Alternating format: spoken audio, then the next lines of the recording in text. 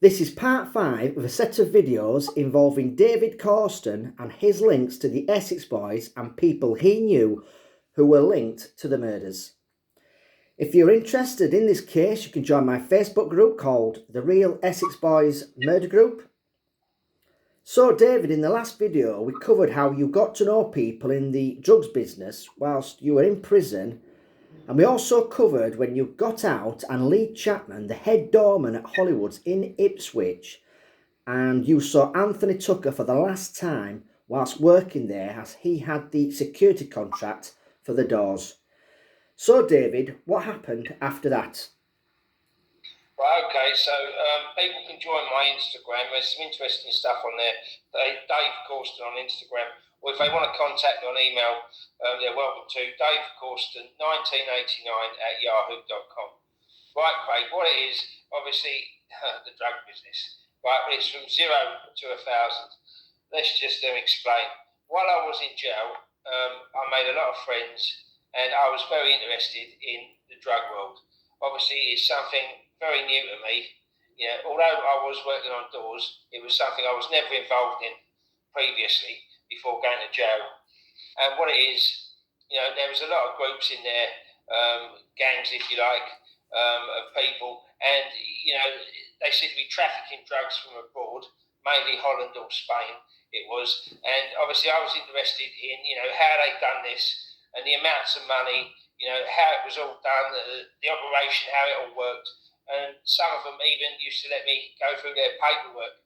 So I wanted to see how they got caught, the customs surveillance operations, what were put on a lot of them because they were targeted by customs, not police, because it's international then. And obviously, that sort of stuff, all the trackers, everything. I tried to learn about it all, all about prices, where to get the stuff from, where to buy it, how it all worked, all of it.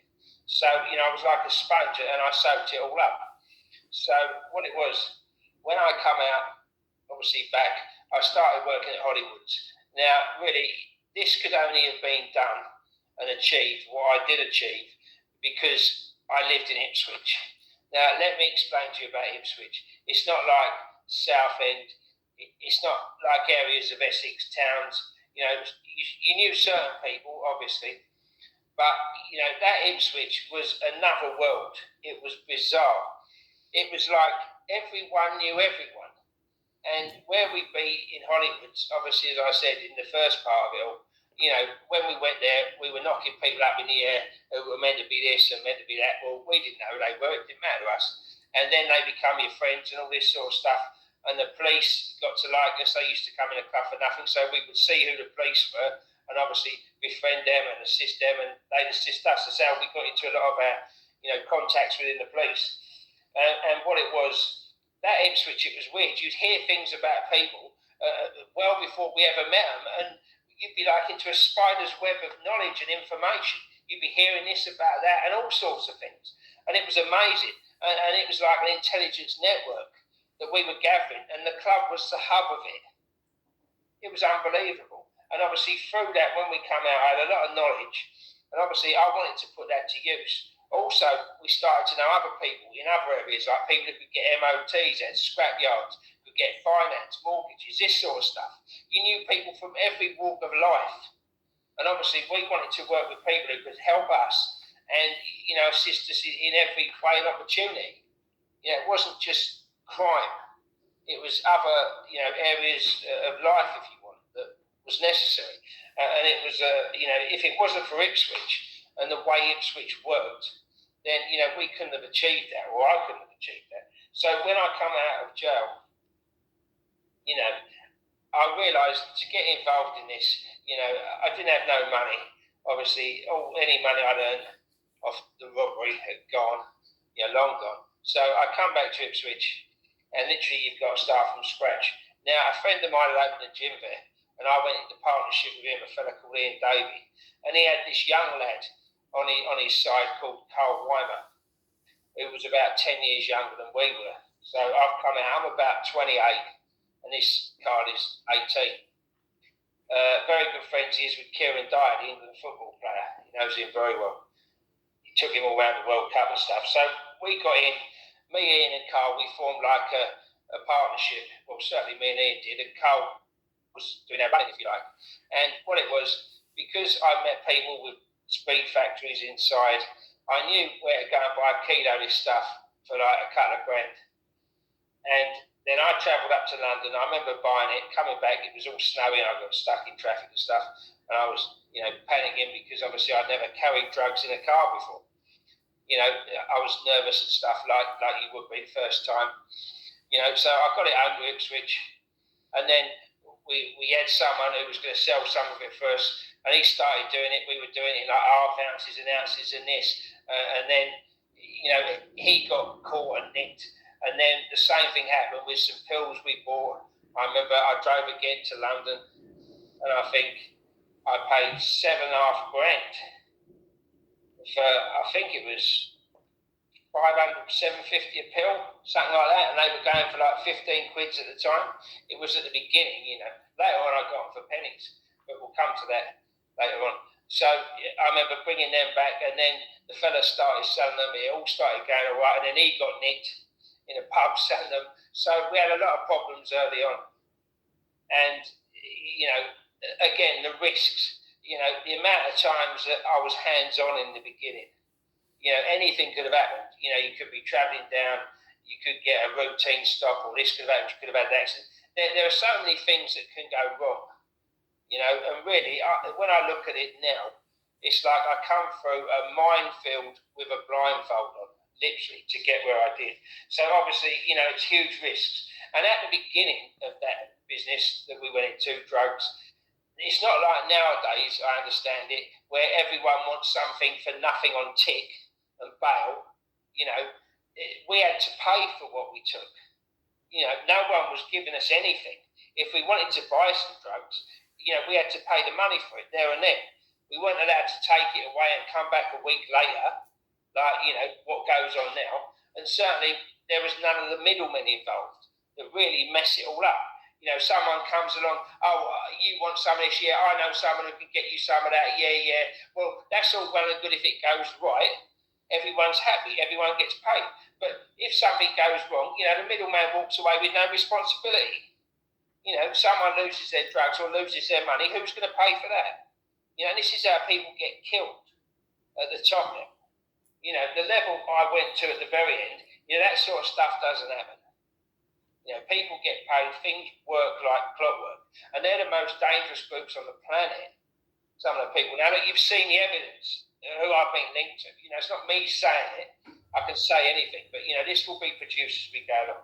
So anyway, what it was, we started out, I had people coming down to clubs, I was giving people drugs, they were going and selling it on a small sort of scale.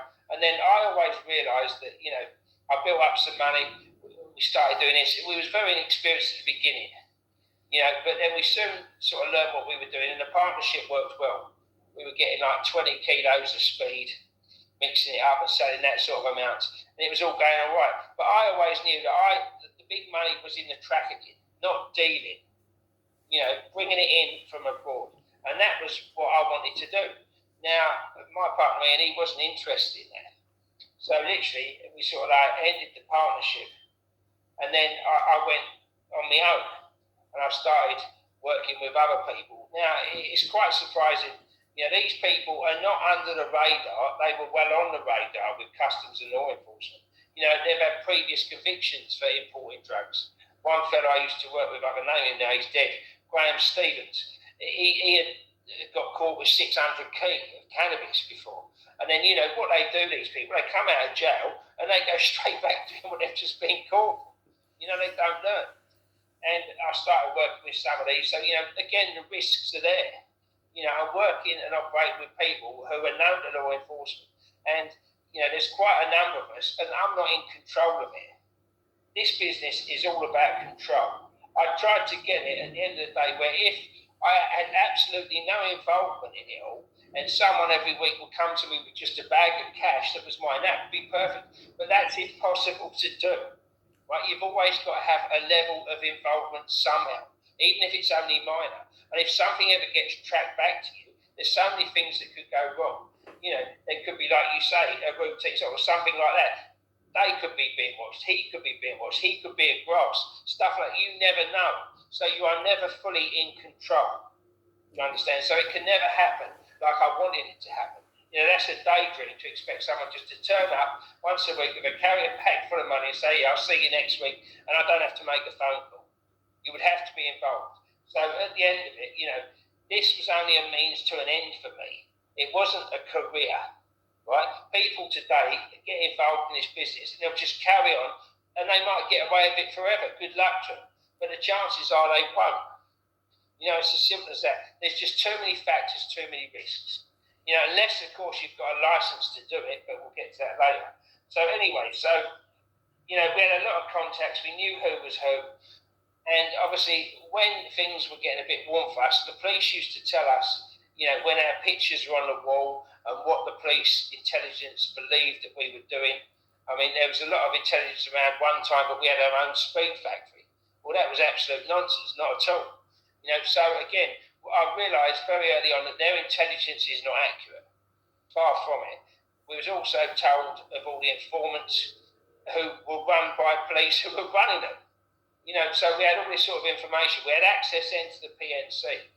What we do, if we give someone a registration number of a car and we wanted to know where they lived and all this, then the police would just go out, and when they were on their own, they just radio up and say, look, give me the details of this car, who owns it and all that, and it would come back, they'd write it down and pass it to us. We'd get people's criminal records. It was easier through the 90s. You didn't have all the control like what you've got today, where certain levels within the police can only access certain levels of intelligence or information, and then they've got to put codes in and all this. It wasn't like that back then. So it was easy for us to get the information from police. So what it was, we started like that. Then to get the main bulk of money, a lorry went missing off the docks, a high-value load. Now, I drove the thing off. I've got a class one, that's it. They know that. So I'm saying nothing that they don't already know. And I'll get to this later on. If you follow the timeline, years later, they get told in full detail. And I'll explain that. But anyway, so a lorry goes missing, high-value load. That got taken down. The cab was found in East London. The load disappeared. And that could only happen because, again, in jail, I knew people who were involved in stealing lorries. It's all right stealing them. What are you going to do when you steal it? Where are you going to take it? How are you going to get rid of the loads? They could get rid of these loads. So obviously, again, contacts I made in jail assisted with that. And that gave me a bulk of money. From that, then obviously I could buy bigger loads. Plenty of times then, I'm going down the road.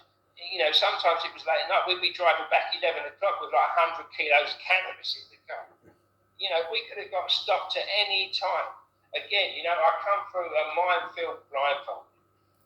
So as soon as I got up the ladder, obviously I tried to reduce risks. I paid people to do that sort of side for me. But I would always make sure I would never put them at risk. I wasn't sloppy. That robbery was a comedy show. Very quickly, I had to learn that this is a very serious business. So that's sort of how it started. Now, then trafficking. I got involved, obviously. That club was also, you had the military bases around there at the time, the American bases. A big one called Bentwaters. You had Woodbridge. You've obviously got other bases there. So you used to get a ton of the American military in the clubs. We got to know them, and then we started getting involved with them in the drugs and information they were telling us. So they were very, very well-connected people. Now, the lorry went missing. I got a lump of money for that. And then, that gave me the opportunity then to start getting trafficking. Now, at the beginning, it was a nightmare. I remember, even going through customs once at Stansted, and I had so much money, I didn't want to put it in a case or a bag. I had it all down my bollocks, like I've got a 12-inch cock or something. And I made the mistake of wearing a belt and coming through the scanners. And as I went through the scanner, obviously it's gone off. Now I had this big bulge in my trousers, and the geezer come towards me and wanted me to rub me down. And I remember I was just on the tip of my tongue to say, mate, I've got some money down there. I said nothing. And then he's rubbed me down, and then I went through, and then I got all panicky thinking, God, he's felt that, and he's going to get me coming back and all this sort of stuff. I got all paranoid and stupid. Anyway, I got the money over there. We went to Holland. And then the people I was due to meet, they turned up a day late. Then they went hauling it, and I was too late to go and buy the stuff and meet the boat. So, I had the problem of getting the money back. It was all nightmares at the beginning. And then I found a really good fella to work for, an ex-military fella from a unit called 14 INT, which is 14 Intelligence. Now, they're not like an SAS or regiment, that sort of thing. They're more of a top surveillance unit. And they'd be under floors in Ireland listening to people, and you wouldn't know they're there for days and this sort of stuff, or watching, in a bush, sitting there watching a house for days. And, if they turn their head, they might miss what they're meant to be looking at. They're very highly trained. And I worked with him. And he was the enforcer for another gang, so I was lucky to get him.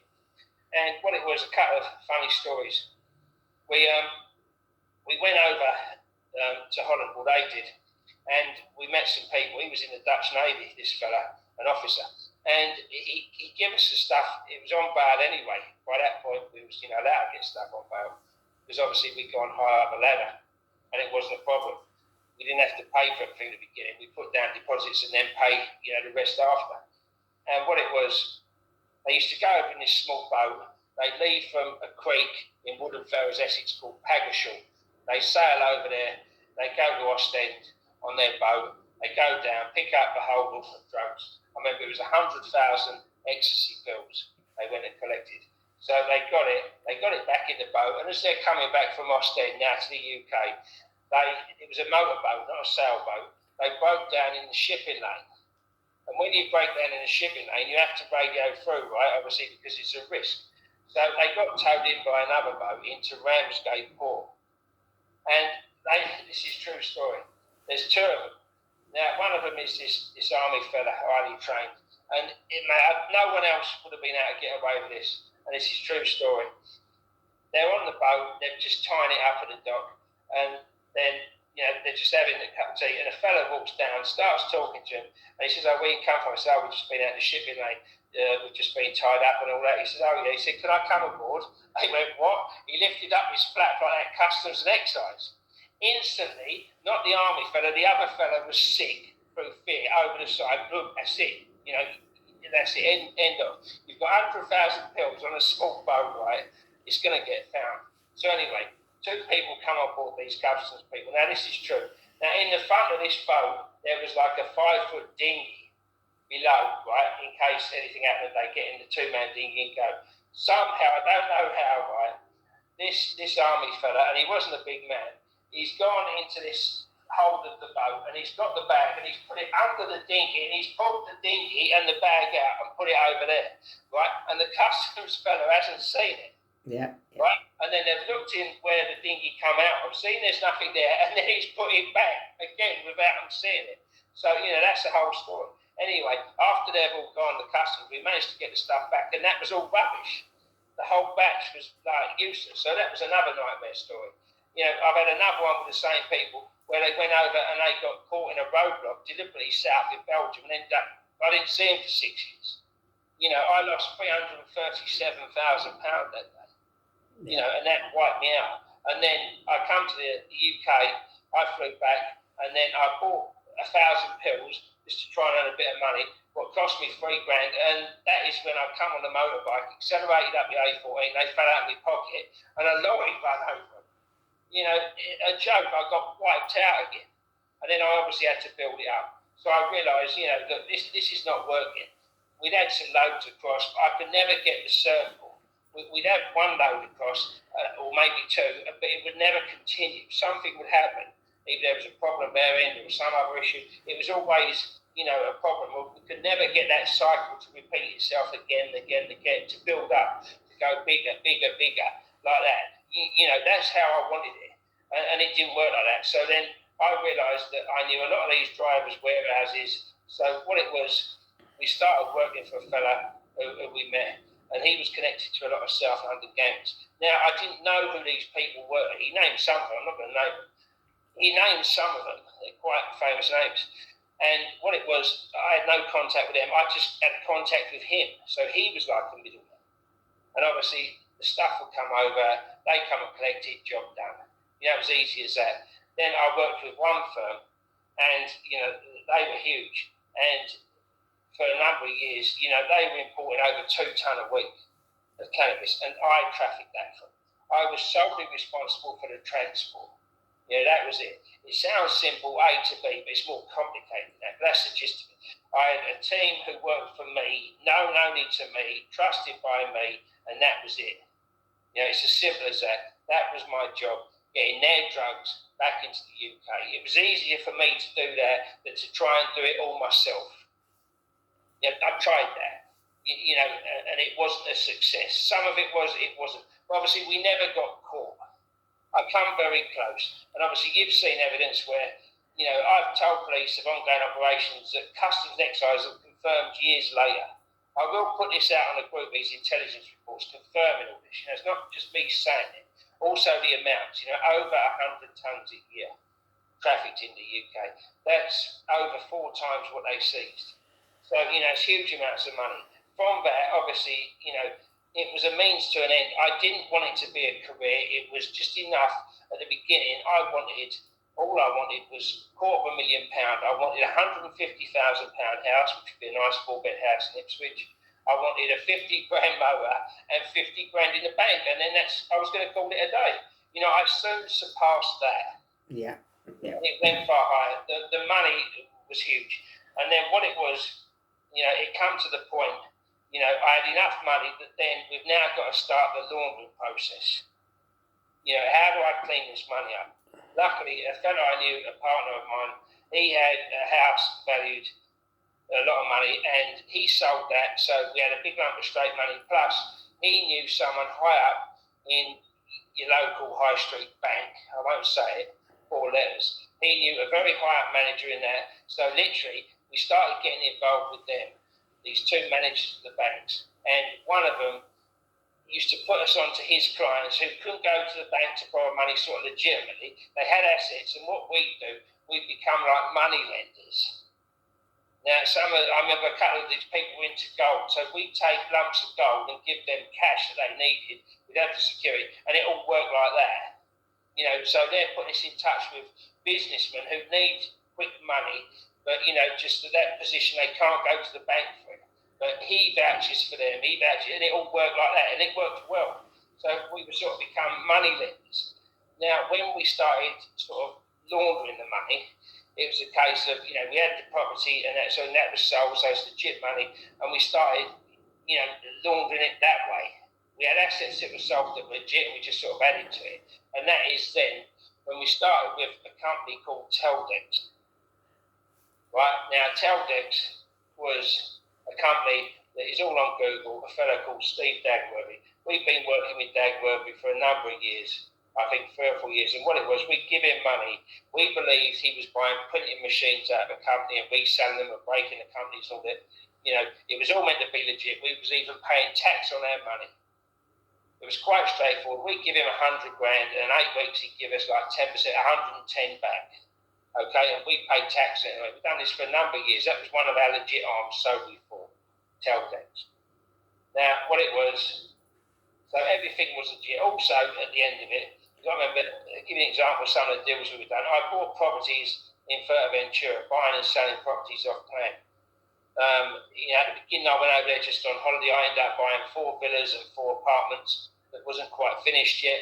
When they did become finished a year later, then I sold them for more money. So you're buying something that isn't built off plan, right? You're paying down a deposit. I believe these villas are about 150 grand each. So you're putting 50 grand down, a third down. In a year's time, they're worth what they're worth, and then you're selling them for that, and you're making a lot of money. So I continued to do that for a number of years. So it was a transition from the crime into legit business. But I was sort of had a hand in both.